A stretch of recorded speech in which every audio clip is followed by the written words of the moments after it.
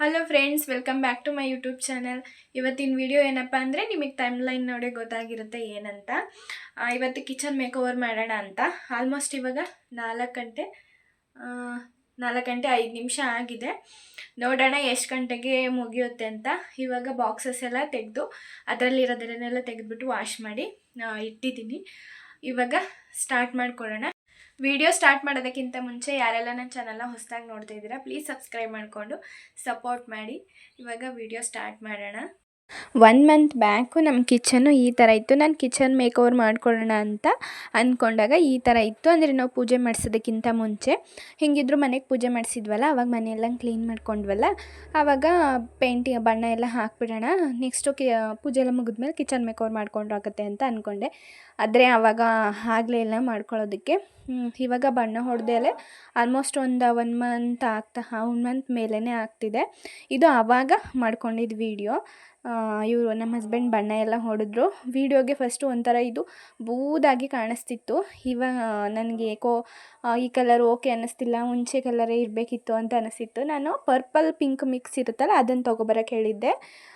ಅವರು ಈ ಕಲರ್ ತಂದಿದ್ರು. ಇವಾಗ ಪ್ರೆಸೆಂಟ್ ಈ ಥರ ಇದೆ ನಮ್ಮ ಕಿಚನ್ನು. ಇವಾಗ ಇದನ್ನು ಒಂದು ತಕ್ಕ ಮಟ್ಟಿಗೆ ಮೇಕ್ ಓವರ್ ಮಾಡ್ಕೊಳ್ಳೋಣ ಅಂದ್ಕೊಂಡಿದ್ದೀನಿ. ಜಸ್ಟ್ ನಾನೇನು ಜಾಸ್ತಿ ಡೆಕೋರೇಟ್ ಏನು ಮಾಡ್ತಿಲ್ಲ. ಜಸ್ಟ್ ಒಂದು 5-6 ಐಟಮ್ಸ್ನ ಬಳಸ್ಕೊಂಡು ಕಿಚನ್ ಮೇಕ್ ಓವರ್ನ ಮಾಡ್ಕೊತಾ ಇದ್ದೀನಿ.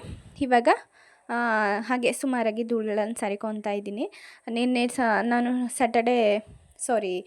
ಫ್ರೈಡೇ ವಾರ ಮಾಡುವಾಗ ಕ್ಲೀನ್ ಮಾಡ್ಕೊಂಡಿದ್ದೆ. ಇವಾಗ ಹೆಂಗಿದ್ರು ಮೇಕ್ ಓವರ್ ಮಾಡ್ಕೊತಿದ್ನಲ್ಲ, ಈಗ ಸಿಂಪಲಾಗಿ ಹಾಗೆ ಮಾಡ್ಕೊತಾ ಇದ್ದೀನಿ ಅಷ್ಟೇ. ಇನ್ನು ಆ ಕಡೆ ಅಂತೂ ಒಗ್ಗರಣೆದು ಎಣ್ಣೆ ಹಾರಿ ಫುಲ್ಲು ಎಣ್ಣೆ ಗಿಡ್ಡಾಗ್ಬಿಟ್ಟಿತ್ತು. ಇನ್ನು ವಾಲ್ಪೇಪರ್ ಅಂಟಿಸುವಾಗ ವಾಲ್ಪೇಪರ್ಗೆ ಎಣ್ಣೆ ಗಿಡ್ಡಾಗಲಿ ಬೇರೆ ಏನಾದರೂ ಸ್ವಲ್ಪ ಧೂಳು ಕಲ್ಲು ಏನಾದರೂ ಸಿಕ್ಕಿದರೆ ಅದು ಅಂಟೋದಿಲ್ಲ. ನಮ್ಮ ಮನೆಯವ್ರಿಗಂತೂ ಫುಲ್ ಡೌಟು, ಮಣ್ಣಿನ ಗೋಡೆ ಗಂಟಲ್ಲ ತಂದಿದ್ಯಾ, ಸುಮ್ಮನೆ ವೇಸ್ಟ್ ಆಗುತ್ತೆ ಅಂತ. ನೋಡೋಣ, ಟ್ರೈ ಮಾಡೋಣ ಅಂದ್ಬಿಟ್ಟು ಡಬಲ್ ಟೇಪ್ನು ಸಹ ಬುಕ್ ಮಾಡ್ಕೊಂಡಿದ್ದೆ. ಅದಾಗಲಿಲ್ಲ ಅಂದರೆ ಇದನ್ನು ಹಾಕ್ಬಿಟ್ಟು ಅಂಟಿಸ್ಬಿಡೋಣ ಅಂತ. ಇವಾಗ ಅಲ್ಲೆಲ್ಲ ಎಣ್ಣೆ ಗಿಡ್ಡೆಲ್ಲ ಆಗಿತ್ತಲ್ಲ, ಅದನ್ನೆಲ್ಲ ಸೀಟಿದೆ. ಹಾಗೆ ಗ್ಯಾಸು ಮತ್ತು ಅಲ್ಲಿ ಶೆಲ್ಫೆಲ್ಲನೂ ಸೀಟ್ಕೊಂಡೆ. ಹಾಗೆ ಈ ಕಡೆ ಗ್ರೋಸರೀಸ್ ಎಲ್ಲ ಹಾಕಿಟ್ಟಿದ್ನಲ್ಲ ಡಬ್ಬಗಳು, ಅದನ್ನೆಲ್ಲನೂ ತೆಗೆದುಬಿಟ್ಟು ಅದ್ರದ್ದು ಸ್ಟೆಪ್ ಎಲ್ಲನೂ ಕ್ಲೀನ್ ಮಾಡ್ಕೊತಾ ಇದ್ದೀನಿ. ಅದನ್ನೆಲ್ಲನೂ ಎತ್ತಿಡ್ತಾ ಇದ್ದೀನಿ. ನಾನು ಆಲ್ಮೋಸ್ಟ್ ಕಾಳು ಕಡ್ಡಿ ಎಲ್ಲ ಖಾಲಿ ಆದಮೇಲೆ ಅವಾಗವಾಗಲೇ ಡಬ್ಬಗಳೆಲ್ಲ ತೊಳ್ಕೊತೀನಿ. ಇವಾಗ ಯಾವ್ದು ಬೇಗ ಖಾಲಿ ಆಗಲ್ಲ ಅದನ್ನು ತೊಳೆದಿರಲಿಲ್ವೋ ಅದನ್ನೆಲ್ಲ ಅದರೊಳಗಡೆ ಇದ್ದಿದ್ದ ಸಾಮಾನೆಲ್ಲ ಎತ್ತಿಟ್ಬಿಟ್ಟು ಅದನ್ನು ಮಾತ್ರ ತೊಳೆದು ನೀರೆಲ್ಲ ಸೋರ್ಕೊಳ್ಳಿ, ಆಮೇಲೆ ಸೀಟ್ಬಿಟ್ಟು ಅದರೊಳಗಡೆ ಹಾಕೋಣ ಅಂತ. ಇವಾಗ ಅಲ್ಲಿ ಡಬ್ಬ ಎಲ್ಲ ಜೋಡಿಸಿಟ್ಟಿದ್ನಲ್ಲ ಅದ್ರ ಮಣೆ ಎಲ್ಲನೂ ಸೀಟ್ಕೊತಿದ್ದೀನಿ. ಹಾಗೆ ಅಲ್ಲಿ ಏನು ಬೆಳ್ಳಗೆ ಬಿಳಿ ಕಲರಲ್ಲಿ ಬರೆದಿದ್ದೀನಿ ಅಂತ ಅಂದರೆ ಅದು ಲಕ್ಷ್ಮಣ ರೇಖೆ. ಏನಾದರೂ ಕಡಲೆ ಬೀಜ ಆಗಲಿ ಕಡಲೆಬೇಳೆ ಯಾವುದಕ್ಕಾದರೂ ಒಂದು ಎಣ್ಣೆ ಕಾಯಲ್ಲಿ ಮುಟ್ಟಿರ್ತೀವಲ್ಲ, ಸೀಟಿದ್ರೂ ಸಹ ಅದು ಹೋಗಿ ಒಂದೊಂದ್ಸಲ ಈರ ಹತ್ಕೊಂಡ್ಬಿಡುತ್ತೆ ಶೀತದ ಟೈಮಲ್ಲಿ. ಅದಕ್ಕೆ ಅಲ್ಲಿಗೆ ಲಕ್ಷ್ಮಣ ರೇಖೆನ ಬರೆದಿದ್ದೆ ಒಂದ್ಸಲ ಈರ ಹತ್ತಿದಾಗ. ಅದನ್ನೆಲ್ಲನೂ ಇವಾಗ ಕ್ಲೀನ್ ಮಾಡಿಕೊಂಡೆ. ಇವಾಗ ಡಬ್ಬಗಳೆಲ್ಲನೂ ಸೀಟಿ ಈಗ ಹಾಗೆ ಸುಮಾರಾಗಿ ಹಾಗೆ ಇಡ್ತಾಯಿದ್ದೀನಿ, ಇನ್ನೂ ಜೋಡಿಸಿಲ್ಲ. ಇವಾಗ ಜಸ್ಟ್ ಹಾಗೆ ಇಟ್ಟಿದ್ದೀನಿ. ಆಮೇಲೆ ಲಾಸ್ಟಿಗೆ ಅದನ್ನು ಜೋಡಿಸ್ಕೊಳ್ಳೋಣ, ಅಲ್ಲಿ ತೊಳೆದಿಟ್ಟಿರೋದನ್ನೆಲ್ಲ ತಂದುಬಿಟ್ಟು ಜೋಡಿಸ್ಕೊಳ್ಳೋಣ ಅಂದ್ಬಿಟ್ಟು ಅವಾಗ ಇಟ್ಟಿದ್ದೀನಿ. ಮತ್ತು ಈ ಕಡೆಗೆ ಸೌಟು ಅನ್ನದ ಕೈಯೆಲ್ಲ ನೇತಾಕೋಣ ಅಂದ್ಬಿಟ್ಟು ಹಾಗೆ ಗೋಡೆಗೆ ನೇತಾಕಿದ್ರೆ ಲುಕ್ ಬರೋಲ್ಲ ಅಂದ್ಬಿಟ್ಟು ಹಾಗೆ 2 ಸೆಟ್ ಗ್ರೀನ್ ಮ್ಯಾಟ್ನ ಬುಕ್ ಮಾಡ್ಕೊಂಡಿದ್ದೆ. ಅದನ್ನು ಹಾಗೆ ಕೈಯಲ್ಲೇ ಅಳತೆ ಮಾಡಿಕೊಂಡೆ. ಇವಾಗ ಡಬಲ್ ಟೇಪ್ನ ಹಾಕಿಬಿಟ್ಟು ಅಲ್ಲಿಗೆ ಅಂಟಿಸ್ತಾ ಇದ್ದೀನಿ. ಇದಂತೂ ನನಗೆ ತಲೆ ತಿಂದು ಹಾಕ್ಬಿಡ್ತು. ಅಂಟಿಸುವಾಗೇನೋ ಅಂಟಿಸ್ದೆ, ಅದ್ರ ಮೇಲ್ಗಡೆ ಇನ್ನೊಂದು ಪ್ಲಾಸ್ಟ್ ಕೊಟ್ಟಿರ್ತಾರಲ್ಲ, ಸಿಮೆಂಟ್ ಗೋಡೆಗಾಗಿದ್ದರೆ ರಪ್ಪ ಅಂತ ಅಂಟ್ಕೊಬಿಡೋದು. ನಾವು ಕಿತ್ತರೂ ಸಹ ಬರೋದಿಲ್ಲ, ಅಷ್ಟು ಚೆನ್ನಾಗಿ ಅಂಟ್ಕೊಳ್ಳುತ್ತೆ ಸಿಮೆಂಟ್ ಗೋಡೆಗೆ. ನಮ್ಮ ಕಿಚನ್ ಇದನ್ನು ಮಾತ್ರ ಮಣ್ಣಿನ ಸಾಣೆ ಮಾಡಿದ್ದಾರೆ.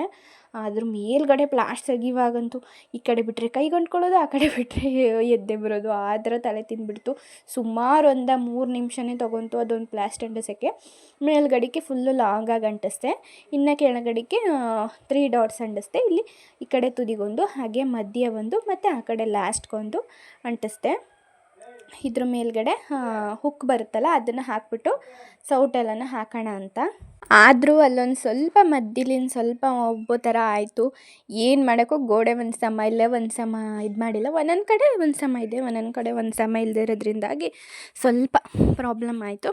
ಅದಾದಮೇಲೆ ಇವಾಗ ಹುಕ್ಸ್ ಎಲ್ಲನೂ ಅಂಟಿಸ್ತಾ ಇದ್ದೀನಿ. ಅದ್ರ ಹಿಂದ್ಗಡೆ ಒಂದು ನಮಗೆ ಪ್ಲಾಸ್ಟರ್ನ ಕೊಟ್ಟಿರ್ತಾರೆ, ಅದನ್ನು ರಿಮೂವ್ ಮಾಡಿಬಿಟ್ಟು ಹಾಕೋದು. ಇದು ಪ್ಯಾಕ್ ಆಫ್ 10 ಬಂದಿತ್ತು. ನಾನು ಇಲ್ಲಿಗೆ 4ನ ಯೂಸ್ ಮಾಡ್ಕೊಂಡಿದ್ದೀನಿ. ಇನ್ನೆರಡು ಮಧ್ಯೆ ಹಾಲ್ಗೊಂದು 2 ಹಾಕಿದ್ದೀನಿ, ಎಂತಕ್ಕಾದರೂ ಯೂಸ್ ಆಗುತ್ತೆ ಅಂತ. ಅಲ್ಲಿಗೆ 6 ಆಯಿತು. ಇನ್ನೂ 4 ಇದೆ. ಇವಾಗ ಎಲ್ಲನೂ ಹಾಕ್ತಾಯಿದ್ದೀನಿ. ನಾನೇನು ಸ್ಟೈಲಿಶಾಗಿ ಒಂದೇ ಒಂದು ಮರದ ಸೌಟಿದೆ ಅಷ್ಟೇ, ಇನ್ನೆಲ್ಲ ಆಲ್ಮೋಸ್ಟು ಸ್ಟೀಲ್ದೇ ಯೂಸ್ ಮಾಡೋದು. ಅದನ್ನೆಲ್ಲ ಇವಾಗ ಅಲ್ಲಿ ಹಾಕ್ತಾಯಿದ್ದೀನಿ. ಇನ್ನೂ ಒಂದು 2-3 ಇದೆ. ಅಲ್ಲಿಗೆ ಸದ್ಯಕ್ಕೆ ಇವಾಗ ಇಷ್ಟು 4 ಹಾಕಿದ್ದೀನಿ. ಇನ್ನು ಮಿಕ್ಕಿದ್ದೆಲ್ಲನೂ ಒಂದು 5 ಸ್ಟೆಪ್ಪಿಂದು ಕಬೋರ್ಡ್ ಬುಕ್ ಮಾಡ್ಕೊಂಡಿದ್ನಲ್ಲ ಸ್ಟೋರೇಜ್ ಬಾಕ್ಸ್ದು, ಅದರೊಳಗಡೆ ಸ್ವಲ್ಪ ಹಾಕಿದ್ದೀನಿ. ಆಮೇಲೆ ಮೇಲ್ಗಡೆ ಇದು ಆರ್ಟಿಫಿಷಿಯಲ್ದು ಗ್ರೀನ್ ಫ್ಲವರ್ ಪ್ಲ್ಯಾಂಟ್ ಬುಕ್ ಮಾಡ್ಕೊಂಡಿದ್ನಲ್ಲ, ಅದೊಂದು ಸುಮ್ಮನೆ ಹಾರ ಬಂದಿತ್ತಲ್ಲ, ಟಿ ವಿ ಮೇಲೆ ಒಂದು 2 ಇಟ್ಟೆ, ಇನ್ನೂ ಸಹ 4 ಇತ್ತು. ಅದನ್ನು ಇರಲಿ ಅಂದ್ಬಿಟ್ಟು ಅದ್ರ ಮೇಲೊಂದು ಅಲ್ಲೊಂದು ಹಾಕಿದೆ. ಹಾಗೆ ಇವು ಮೀಶೋದಲ್ಲೇ ಬುಕ್ ಮಾಡ್ಕೊಂಡಿದ್ದು. ಇದನ್ನು ಸಹ ವಾಶ್ ಮಾಡಿಟ್ಟಿದ್ದೆ, ಆದರೂ ನೀರೇನು ಇನ್ನೂ ಚೆನ್ನಾಗಿ ಸೋರ್ಕೊಂಡಿರಲಿಲ್ಲ. ಇವಾಗ ಮಳೆ ಅಲ್ವಾ, ಅದರಿಂದ ಸ್ವಲ್ಪ ಒಳಗಡೆ ಎಲ್ಲ ಥಂಡಿ ಇತ್ತು. ಇವಾಗ ಬಟ್ಟೆನ ತೊಗೊಂಬಿಟ್ಟು ಅದನ್ನೆಲ್ಲ ಸೀಡ್ತಾಯಿದ್ದೀನಿ. ಮುಂಚೆ ಈ ಬಾಕ್ಸ್ಗಳಲ್ಲಿ ನಾನು ಸಾಂಬಾರು ಐಟಮ್ಸ್ಗಳನ್ನ ಇಟ್ಕೊಂಡಿದ್ದೆ, ಅದೆಲ್ಲ ಖಾಲಿಯಾಗಿತ್ತು. ನಾನು ಇದನ್ನು ಮೇಲೆ ಹಾಕಿ ಇವಾಗ ಹೊಸದನ್ನು ಅಡಿಗಡೆ ಹಾಕಬೇಕಿತ್ತು, ಮರೆತ್ಕೊಂಡು ಟೆನ್ಷನಲ್ಲಿ ಅದನ್ನು ಕೆಳಗಡೆ ಹಾಕಿಬಿಟ್ಟೆ. ಎಲ್ಲ ಈಗ ರೀಸೆಂಟಾಗಿ ಮಾಡಿಸ್ಕೊಂಡಿದ್ದು. ಸಾಂಬಾರು ಮಸಾಲ ಎಲ್ಲ ಇದು ಸಾಂಬಾರು ಪುಡಿ ಎಲ್ಲ ಒಂದು 3 kg, ಹಾಗೆ ಮೆಣಸಿನ ಪುಡಿನೂ 3 kg ಈ ರೀತಿ ಮಾಡಿಸ್ಕೊಂಡ್ಬಿಡ್ತೀವಿ. ಅಂದರೆ ಮಳೆಗಾಲ ಬಂತಂದರೆ ಆವಾಗ ಒಣಗಿಸ್ಕೊಂಡು ಮಾಡಿಸ್ಕೊಳಕ್ಕಾಗಲ್ಲ ಅಂದ್ಬಿಟ್ಟು ಆ ರೀತಿ ಮಾಡಿಸಿಟ್ಕೊಳ್ಳೋದು. ಇವಾಗ ಹೆಂಗಿದ್ರು ಖಾಲಿಯಾಗಿತ್ತಲ್ಲ, 1 kg ಅಷ್ಟು ಡೈಲಿ ಯೂಸ್ಗೆ ಅಂತ ಮಾಮೂಲಿ ಬಾಕ್ಸಲ್ಲಿ ಹಾಕ್ಕೊಂಡು ಇಟ್ಕೊಂಡಿರ್ತೀನಿ. ಇನ್ನು ಉಳಿದಿದ್ದೆಲ್ಲ ಈ ಥರ ದೊಡ್ಡ ಬಾಕ್ಸಲ್ಲಿ ಹಾಕಿಬಿಟ್ಟು ಇಡ್ತೀನಿ. ಇವಾಗ ಹೆಂಗಿದ್ರು ಖಾಲಿಯಾಗಿತ್ತಲ್ಲ, ಅದಕ್ಕೆ ಇವಾಗ ಎಲ್ಲನೂ ಫುಲ್ ಮಾಡ್ಕೊತಾ ಇದ್ದೀನಿ. 1 kg ಅಷ್ಟು ಹಿಡಿಯುತ್ತೆ. ಇವಾಗ ನಾನು ಸ್ಟೋರೇಜ್ ಬಾಕ್ಸ್ನ ತೊಗೊಂಡಿದ್ದೀನಲ್ಲ ಅದು, ಅದಕ್ಕೆ ಇವಾಗ ಎಲ್ಲನೂ ಹಾಕ್ಕೊತಾ ಇದ್ದೀನಿ. ಇವಾಗ ಇದಕ್ಕೆ ಖಾರದ ಪುಡಿ ಮಸಾಲಾನ ಹಾಕಿ ತುಂಬಿಟ್ಕೊತಾ ಇದ್ದೀನಿ.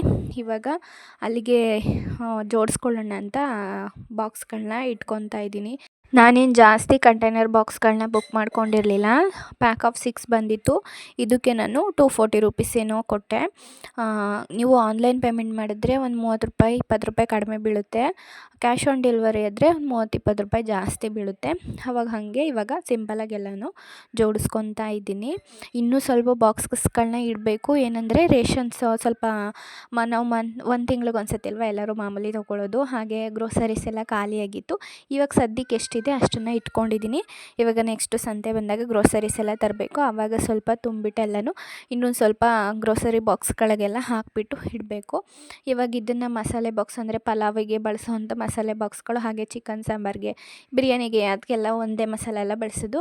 ಅದನ್ನು ಇದಕ್ಕೆ ಒಂದು ರೌಂಡ್ ಬಾಕ್ಸ್ ತೊಗೊಂಡಿದ್ದೆ. ಅದರಲ್ಲಿ ಮಸಾಲೆ ಬಾಕ್ಸ್ಗಳು ಪಲಾವ್ ಐಟಮ್ಸ್ ಎಲ್ಲ ಇಟ್ಕೊಂಡಿದ್ದೆ. ಅದೊಂದು ಜಾಸ್ತಿ ಬೇಗ ಖಾಲಿ ಆಗಲ್ವಲ್ಲ, ಅದೊಂದನ್ನು ವಾಶ್ ಮಾಡಿರಲಿಲ್ಲ. ಅದನ್ನೆಲ್ಲ ತೆಗೆದಿಟ್ಬಿಟ್ಟು ಇವಾಗ ಅದನ್ನು ಒರೆಸ್ಕೊಂಡ್ಬಿಟ್ಟು ಇವಾಗ ಎಲ್ಲ ಎತ್ತಿಟ್ಟಿದ್ನಲ್ಲ ಅದನ್ನೆಲ್ಲ ಅದಕ್ಕೆ ಹಾಕಿಬಿಟ್ಟು ಇವಾಗ ಅದನ್ನು ಸಹ ಅಲ್ಲಿಟ್ಟೆ. ಆ ಕಡೆ ಗ್ರೀನ್ ಕಲರ್ ದೊಡ್ಡ ಡಬ್ಬ, ಅದರಲ್ಲಿ ಹುಣಸೆಹಣ್ಣು ಇಟ್ಟಿದ್ದೀನಿ. ಅಂದರೆ ಸ್ವಲ್ಪ ಜಾಸ್ತಿ ಹುಣಸೆಹಣ್ಣಿದೆ, ಅದರಿಂದ ಚಿಕ್ಕ ಬಾಕ್ಸ್ಗಳಿಗೆ ಹಿಡಿಸಲ್ಲ ಅಂದ್ಬಿಟ್ಟು ಸದ್ಯಕ್ಕೆ ಅದರಲ್ಲೇ ಇಟ್ಟಿದ್ದೀನಿ.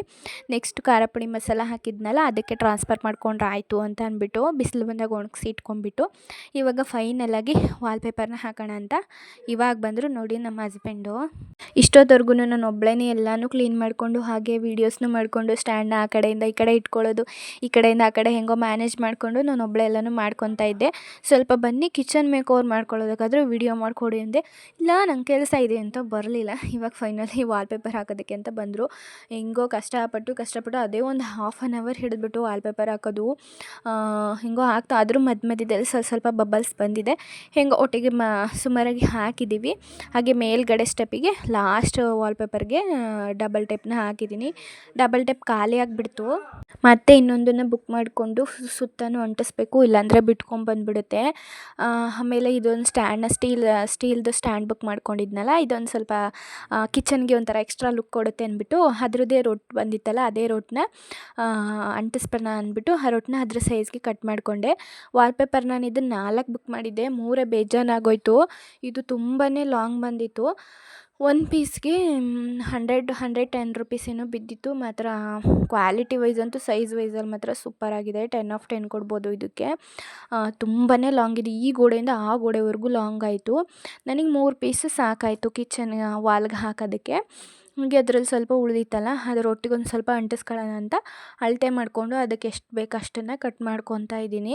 ಹಾಗೆ ಇನ್ನು ಉಳಿದಿದ್ದನ್ನು ಸಹ ಹಾಗೆ ಶೆಲ್ಪ್ಗೂ ಸಹ ಅಂಟಿಸ್ಬಿಟ್ಟು ಅದನ್ನೇ ಕೆಳಗಡೆ ಶೆಲ್ಪಿಗೆ ಸುಮ್ಮನೆ ಏನಕ್ಕೆ ವೇಸ್ಟ್ ಆಗಿಬಿಡುತ್ತೆ ಅಂತ. ಆಮೇಲೆ ನಾನು ನೀಟಾಗಿ ಅಂಟಿಸ್ತಿಲ್ಲ ಅಂದ್ಬಿಟ್ಟು ನಮ್ಮ ಮನೆಯವ್ರು ಬಂದು ಈ ಥರ ಅಂಟಿಸೋದು ಅಂತ ನೀಟಾಗಿ ಕಟ್ ಮಾಡಿ ಅಂಟಿಸ್ಕೊಟ್ರು ಅದೊಂದಕ್ಕೆ. ಆಮೇಲೆ ಇದನ್ನು ಪ್ಯಾಕ್ ಆಫ್ 2 ಬುಕ್ ಮಾಡಿದ್ನಲ್ಲ, ಈ ಸ್ಟ್ಯಾಂಡ್ ಅಡಿಗೊಂದು ಹಾಕೋಣ ಅಂದ್ಬಿಟ್ಟು ಅಲ್ಲಿಗೆ ಹಾಕಿಬಿಟ್ಟು ಅದ್ರ ಮೇಲೆ ಸ್ಟ್ಯಾಂಡನ್ನ ಇಟ್ಬಿಟ್ಟು ಆವಾಗಲೇ ವಾಲ್ಪೇಪರ್ನ ಹಾಕಿ ಅಂಟಿಸಿ ಇಟ್ಕೊಂಡಿದ್ದೀನಲ್ಲ ಅದನ್ನೆಲ್ಲ ಹಾಕಿಬಿಟ್ಟು ಅಲ್ಲಿಗೆ ಇಡ್ತಾಯಿದ್ದೀನಿ.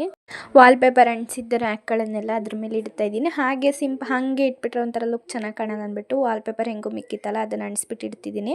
ಹಾಗೆ ಅದ್ರ ಮೇಲೆ ಇವಾಗ ಎಣ್ಣೆನ ಹಾಗೆ ಇಟ್ಬಿಟ್ರೆ ನಾವು ಇವಾಗ ಕ್ಲೀನ್ ಮಾಡಿದಾಗ ಚೆನ್ನಾಗಿರುತ್ತೆ. ಎಣ್ಣೆನ ಬಳಸಿ ಇಡುವಾಗ ಹೆಂಗಿದ್ರೂ ಸೋರು ಬಿಡುತ್ತೆ.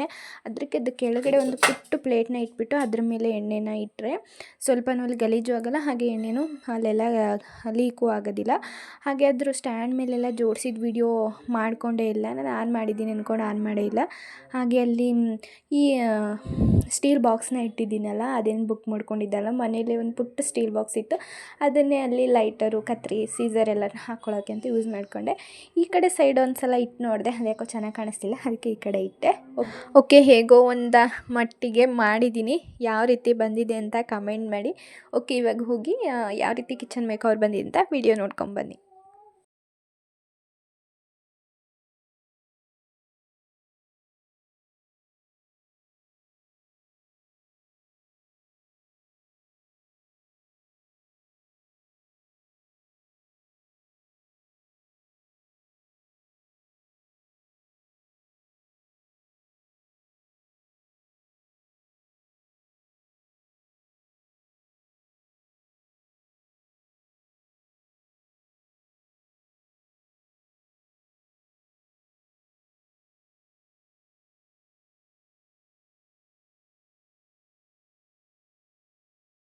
ನಾನು ಕಿಚನ್ ಮೇಕ್ ಓವರ್ ಮಾಡೋಣ ಅಂತ ಸ್ಟಾರ್ಟ್ ಮಾಡಿಕೊಂಡಾಗ ಆಲ್ಮೋಸ್ಟ್ 4 ಗಂಟೆ ಆಗಿತ್ತು. ಇವಾಗ ಟೈಮ್ ಬಂದು 6:30 ಆಗಿದೆ, ಅಂದರೆ 2:15 ಗಂಟೆ ಟೈಮ್ ತೊಗೊಂಡಿದ್ದೆ. ಈ ವಿಡಿಯೋ ನಿಮ್ಗೆ ಇಷ್ಟ ಆದರೆ ಪ್ಲೀಸ್ ಒಂದು ಲೈಕ್ ಮಾಡಿ, ಹಾಗೆ ಹೇಗೆ ಅನ್ನಿಸ್ತು ಅಂತ ಕಮೆಂಟ್ ಮಾಡಿ. ನನಗೂ ಸ್ವಲ್ಪ ಖುಷಿಯಾಗುತ್ತೆ ವಿಡಿಯೋ ಚೆನ್ನಾಗಿ ಬಂದಿದೆ ಅಂತ. ಮತ್ತೆ ಮುಂದಿನ ವಿಡಿಯೋದಲ್ಲಿ ಸಿಗೋಣ. ಓಕೆ, ಬಾಯ್.